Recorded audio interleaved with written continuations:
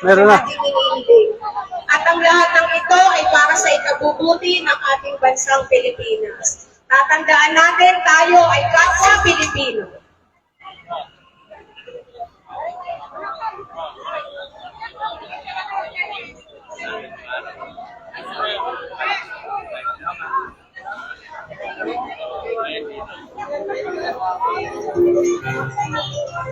Tayo po'y umawit. Awit, panalangin.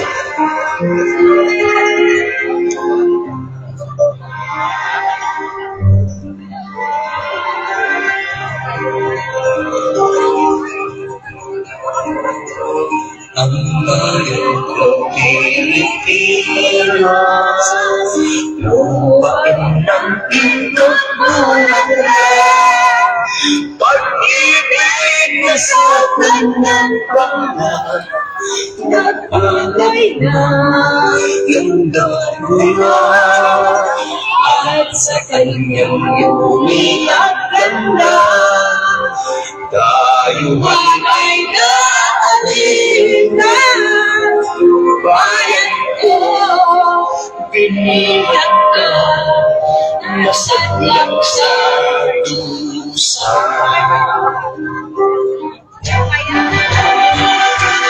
Di man ay layang lumipat, ulungin mo ang iiyak. Bayan pa kayang sa tabigan, ang ibang nasa nakalpas. Pilipinas kong minumutya, bunga ng luha at kalitan. Aking bandita, maginang ang sandalan. Ito yung mga bata ngayon. Oh. Nakikipagsimpatiya dito ngayon. Mga polis natin.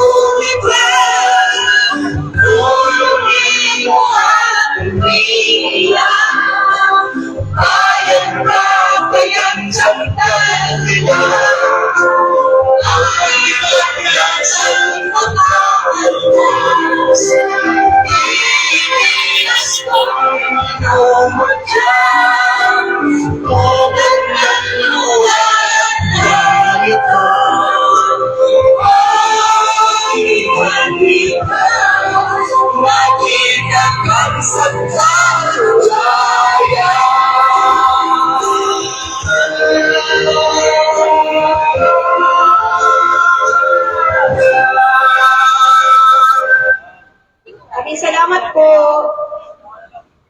Kami po ay nagpapasalamat sa inyong lahat na dumating dito. Gayon din po sa ating mga kapulisan na nandito. Maraming salamat at magandang araw po sa inyong lahat. Ang ko ay nagpapahayag ng pagpapasalamat dahil nagkaroon tayo ng 13 katatapang at magigiting na senador na tumitindig para sa katotohanan nating mga Pilipino. Nandito po kami ngayon upang ihayag ang aming damdamin na kami po ay hindi sang-ayon sa impeachment na magaganap sapagkat alam naman natin po na ang mga dokumento at ang mga ebidensyang nilalagay nila ay gawa-gawa lamang.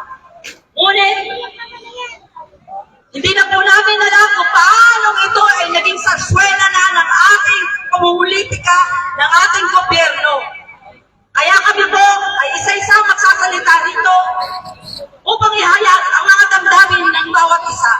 Nandito po si Christian galing sa Kabataan na magsasalita sa inyong harapan. Maraming salamat.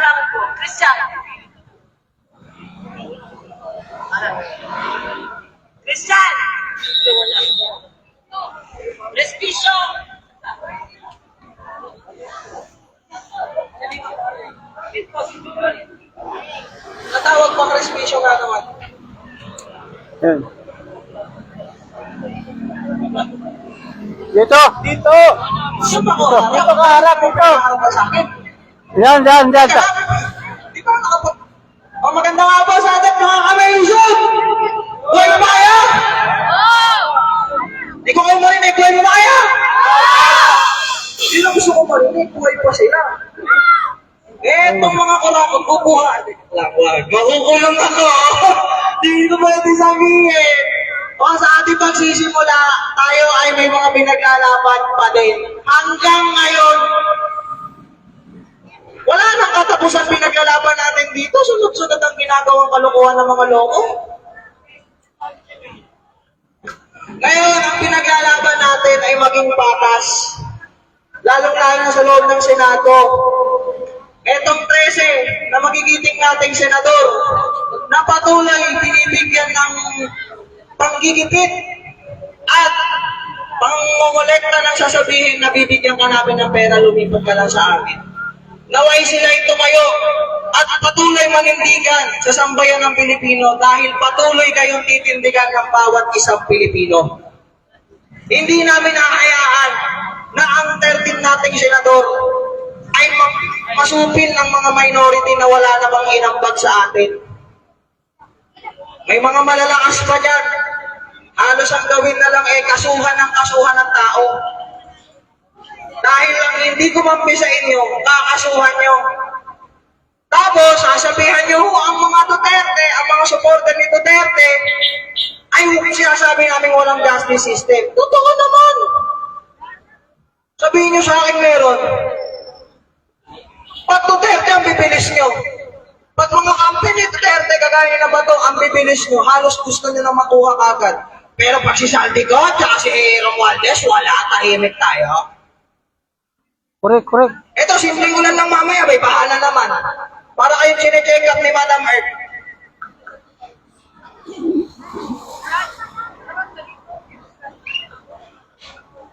Ayaw kang harapin, daming demonyo dyan. Sabihin natin. Pero yun nga, patuloy tayo naninindigan. Tayo ay nagwawagayway ng ating watawat. Ewan ko doon sa mga kaliwa, ba't ito pang watawat ang niwawagayway? Hindi mo malaman kung Pilipino ba sila o meron pang ibang Meron ba dyan? bansa pa yung mga yan. Wala. Kaya kay Senator, kay Senate President Alan Peter Cayetano, saludo kami dahil patuloy ang pagbibigay ng justisya at maraming salamat, pinalitan mo na si Risa Hontiveros sa health. Di na nga naibalik yung PhilHealth, gusto pa ata mag-budget insertion kay Soto. Oo. Talaga nga naman ang gagawin ni Risa Hontiveros, Okay. hindi na mamamatay ang Pilipino. Marami tayong problema na mas dapat hinaharap. Hindi itong mga dalawang politiko natin na patuloy na mumulitika dahil ayaw nilang may oposisyon sa 2028. Patuloy ang oposisyon sa 2028. Kaya ang gusto nila mangyari, pabagsakin. Ano ang ginawa? Makisama ay Makabayan Black. Ang lalakas ng tapang, pupunta ng Korte Suprema, pupunta ng DOJ para kasuhan si Bato na voluntary surrender. Eto nga si Rene ko na mismo nagsampa, lakas mag-recruit ng NPA. At hindi siya sampahan. May convicted pa dyan. Walang makakalimutan, tagal na naman ang permit natin. Hindi pa May makakulong. lima na naman, sabihin niya nag-research, sabihin commander. At totoong mga namang pumapatay ng pangarap ng kabataan, pangarap ng isang bata, para lang sa walang kwenta-kwentang ideolohiya. Tapos ang pag-uusapan natin dito, si Senator Pato, war on drugs. Bakit patakot-takot kayo sa war on drugs? Ano ba meron doon? Naka-addict pa kayo? Lapit Ang na. natatakot lang sa war on drugs, yung mismo may mga kasalanan. Tapos pag napatay sa war on drugs, si addict, sasabihin hustisya. Pinagbabago ka, ayaw mo magbago, gusto mo hustisya pag napatay ka. makabawi ka next time.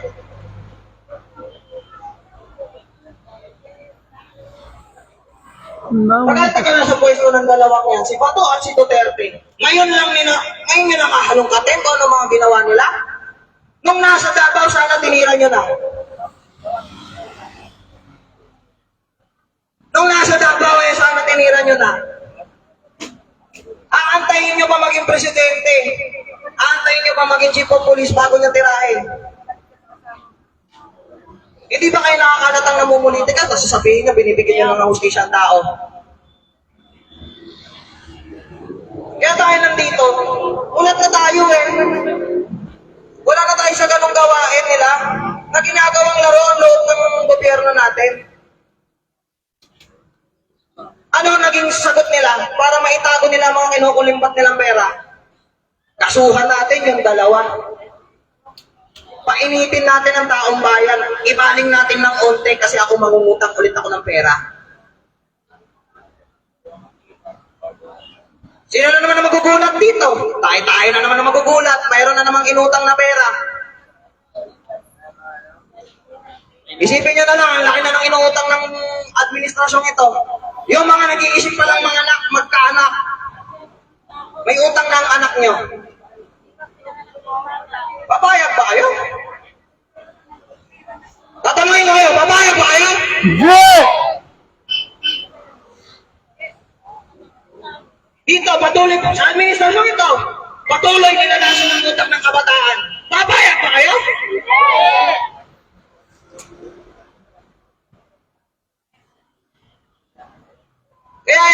Kaya tayo nandito. Hindi para manggulo, lalo sa mga kapulisan. Ayaw natin guluhin ng mga yan. Hindi naman tayo kagaya ng mga nasa kabilang grupo. Nakakasigaw, grabe naman. Tax namin nagpapalamon sa inyo. Tarantado, may salary tax din tong mga pulis na to.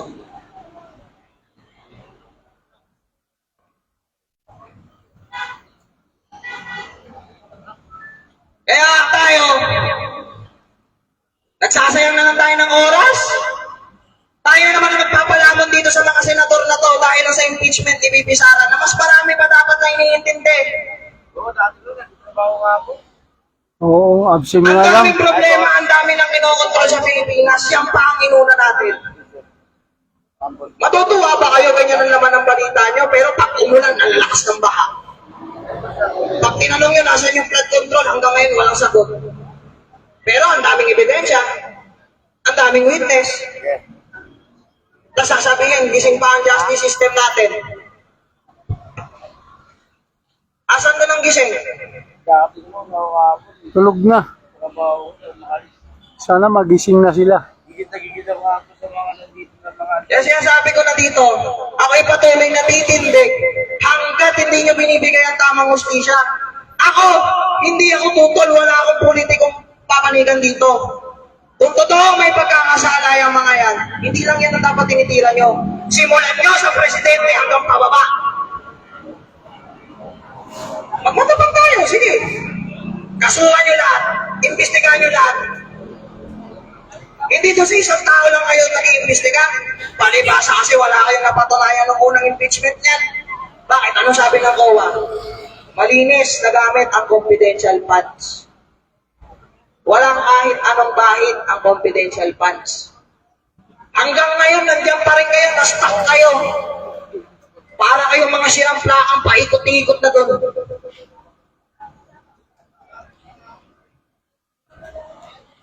Tapos ngayon, ang gagawin nyo, gipitan ng mga senador. Dahil nga na sa majority ang karamihan.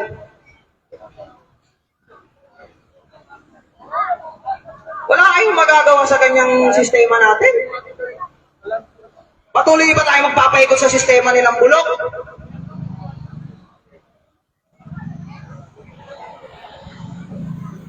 Habang sila nakaupo, pinag-uusapan ng isang presidente, isang vice-presidente, nakarapat-dapat naman talaga sa pwesto, at isang senador na wala naman talagang nilagay na bahid na kahit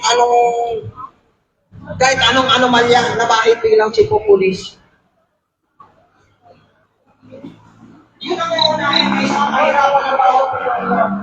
Sasagutin na naman ako dito,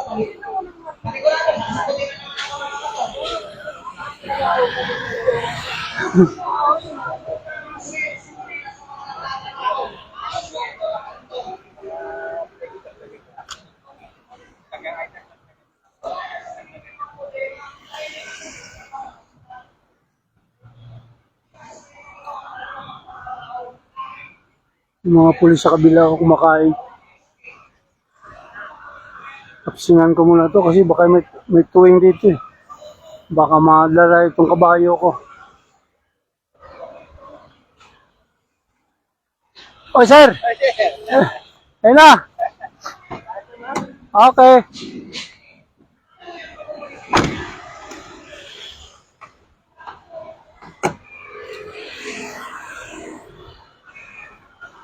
Dito sa ano to? Sa Sinit. The GSIS building. Ayan o. Dito ang rally ngayon. Hindi gaano karaming tao. Kaya konti lang yung polis lumalabas. Yung mga gordya sa Sinit o nasa labas.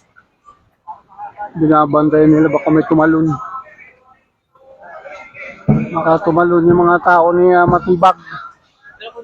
Yung nakaraan kasi pumasok lang eh.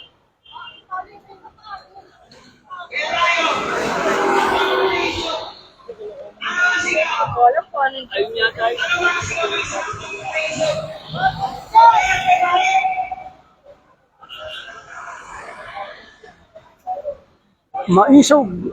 Gusto ko marinig muna sa ato ng isang bago ako magtapos. Isang malalakas sa sigaw ng Duterte. Duterte. One, bilang. Okay.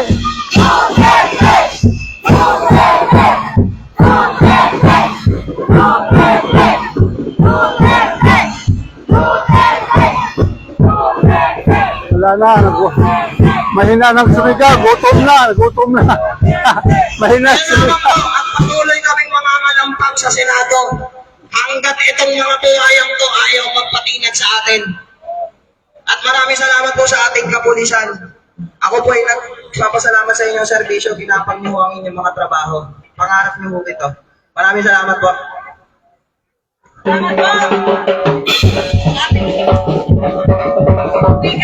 Yung mga kapulisan natin sa kabila. Ating kaibigan, si Kababayan PH. Kabayan PH. O yan to, magaling to.